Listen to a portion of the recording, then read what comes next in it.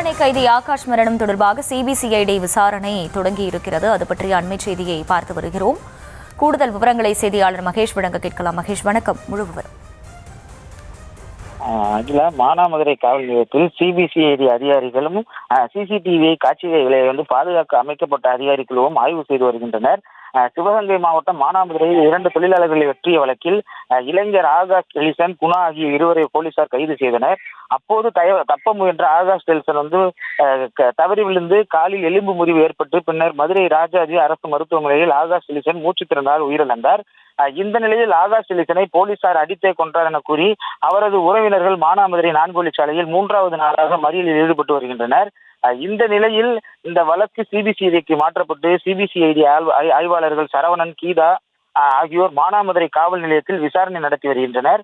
மேலும் உயர்நீதிமன்றம் மதுரை அமர்வு உத்தரவின் பேரில் காவல் நிலையத்தில் உள்ள சிசிடிவி கேமரா காட்சிகளை பாதுகாப்பதற்காக மாவட்ட வருவாய் ஆய்வாளர் செல்வசுரபி, நகராட்சி ஆணையாளர் கோபாலகிருஷ்ணன் உள்ளிட்ட அதிகாரிகள் குழுவும் அமைக்கப்பட்டது.